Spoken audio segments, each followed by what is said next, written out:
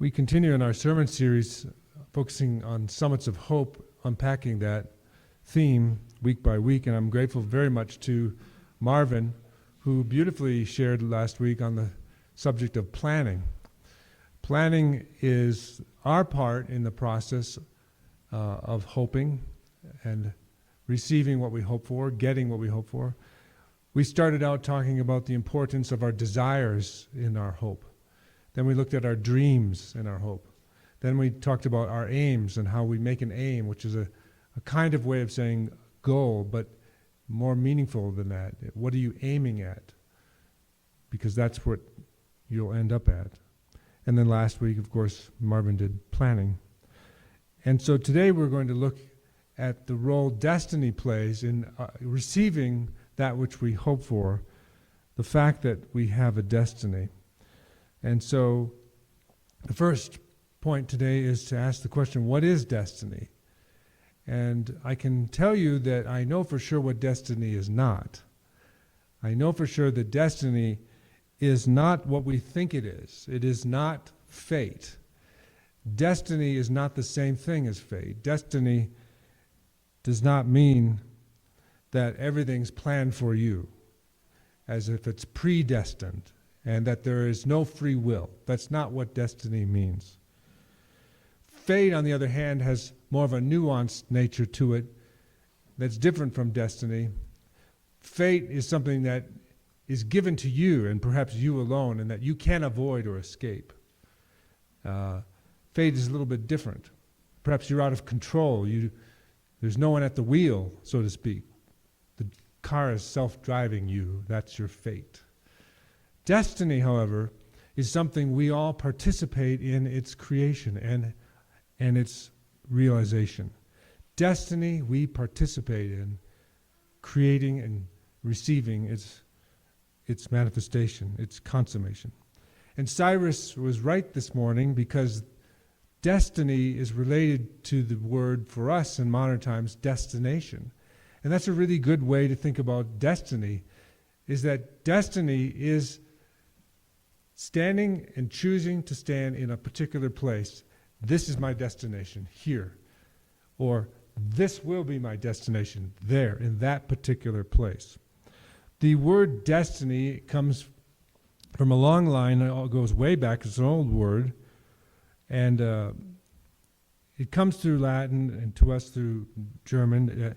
And it, as its root, has the word sta, sta, is the root word of destiny. And you can hear it in the word destination, destination. And that root word sta literally is where we get the English word stand. So if you think about it, it's very quite counterintuitive for a second because we think destiny is somewhere out there in the future.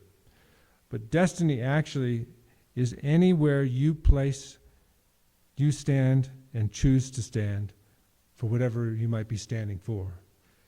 That is your destiny, when you stand for something and you do not give up and you hold your ground, you stand for something.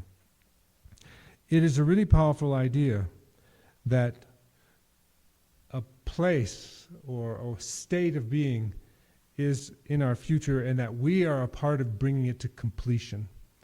That destiny is asking you to participate in its consummation for your life. Can you ignore your destiny? Absolutely. You'll just be living a different destiny.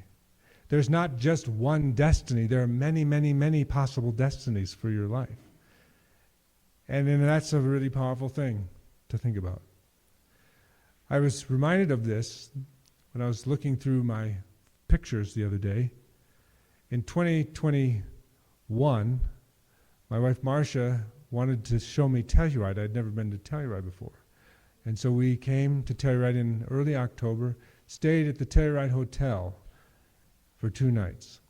We had our big dog Muna, who was then a puppy, and that morning Marcia was still resting. I woke up and took a walk. It had just snowed a little bit. And Muna and I walked up a road that we saw the sign that said Columbia. Kept walking, and I turned to the right and saw this church here. Wow, what a church. The doors were open. not locked. Came into the sanctuary. Wow, what a church. Who's the lucky pastor who gets to be here? I took a bulletin, went back to the hotel, told my wife, you're not going to believe it. There's an awesome church. Just dream come true church. She said, oh, you should check that out. I said, those churches never come open. Those pastors just die there. They never leave. Marcia took a picture of me. I saw it the other day for the first time, and I remembered. You know what I was doing? I was lying on the bed in the hotel room with the church bulletin, reading the church bulletin. And I remembered, oh my gosh, lying there thinking what an amazing opportunity that this church would be. And never in a million years could I have imagined that this was my destiny. But I participated in my destiny coming to be because I started to think that would be awesome. I had the thought, that would be awesome. It took several years for reality to catch up to that. And here I am, participating in that destiny. I'm standing before you. This is our destiny. And you can do the same in your life as you look back to discover the ways in which destiny has unfolded your life. There's not just one destiny for your life. There are many, many, many destinies for your life, and you can choose which one will bring to completion.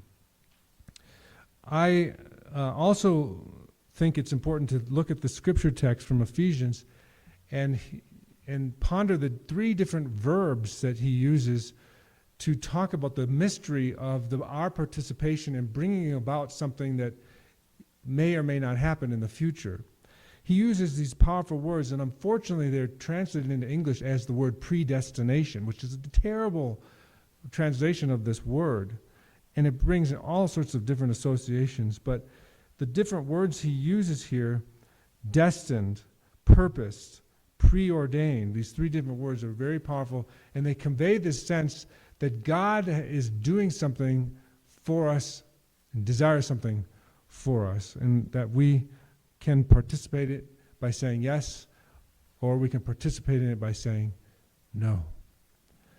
And so what we're really after is when we hope, when we look out into our lives and our lifetime and at the world, when we hope, what we're really asking for is what do we want to bring to completion together? What do we want to participate in completing together and not leaving something incomplete?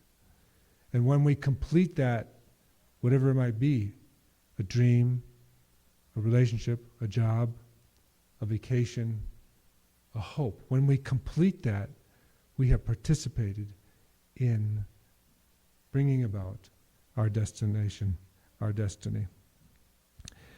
The nuance here is really something extraordinary, that God chooses us, that God has a choice for our lives. The word in Greek has these two nuances of calling us out from one thing but toward something else. It's not just that we're called out from or away from something, whether it's a job or a relationship or a way of thinking or a situation, a behavior, an addiction. We're called out from that. Leave that.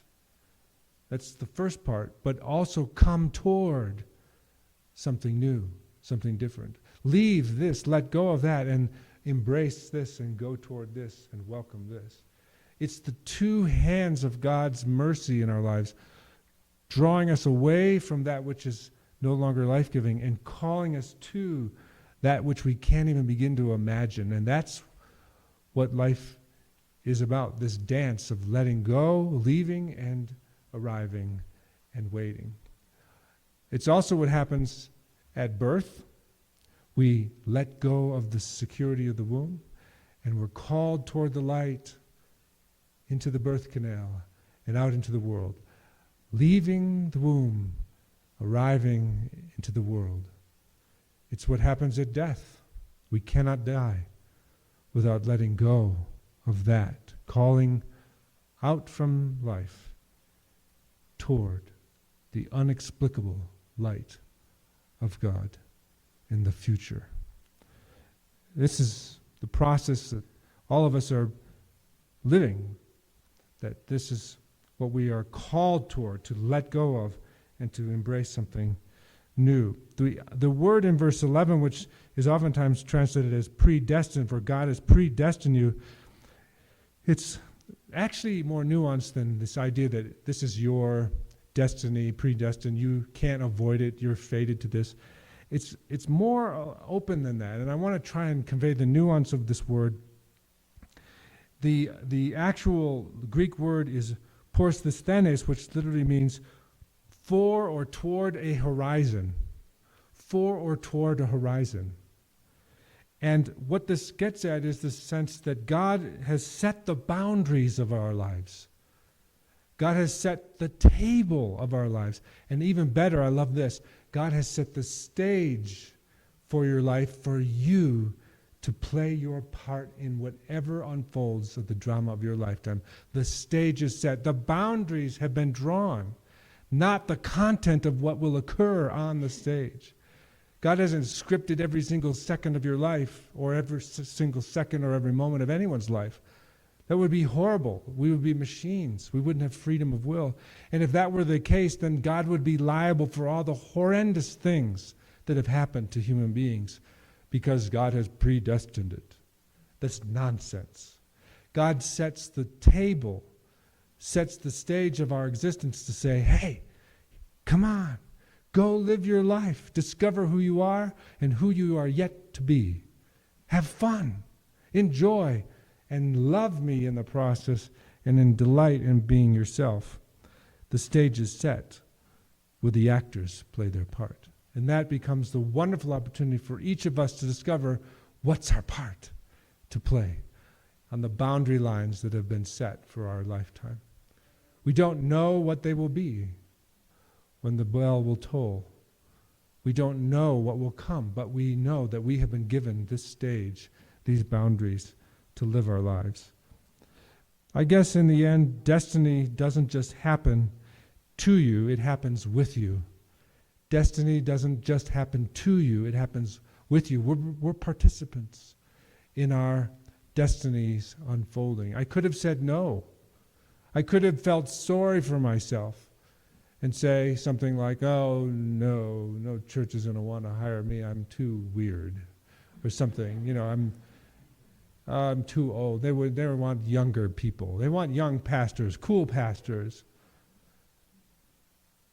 We can self-sabotage our destiny every single day of our life and miss out. And so the Summit of Hope is calling to us to discover and participate in what your destiny is. Become your destiny. Stand there. Embrace your destiny, whatever it might be. Wherever you feel that calling out from, toward something. It costs us a lot to live a lifetime. It costs everything to live a lifetime. Emily Dickinson said, I've paid a whole existence for my lifetime. I've paid a whole existence for my lifetime. We choose to take our stand then and there, wherever that might be, whatever that might be. And we discover and participate in our destinies. We live in a world today, very briefly, that needs to be reminded of the better destinies, of the higher destinies that are possible for human beings. And we can see with our eyes the many different destinies that are possible for human beings and culture and a nation.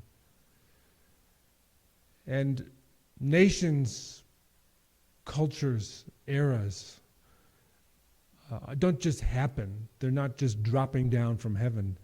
Nations, cultures, eras are created by the people who live in those moments and shape time and space for the days and the stage they've been given. We're all responsible for the destiny of our family, of our nation, of our planet. No one is off the hook. We each play our part in bringing about the highest possible destiny or the lowest possible destiny. We are totally free to create the future. And thus, this is very inspiring. What future are we creating by where we're standing, by what we're believing, and by what we're becoming? It's a really wonderful thing to think about in our lives, that hope for a better future, for our better lives. You've heard what I've had to say. Take a moment in the silence just to allow the Spirit to complete the message for you today.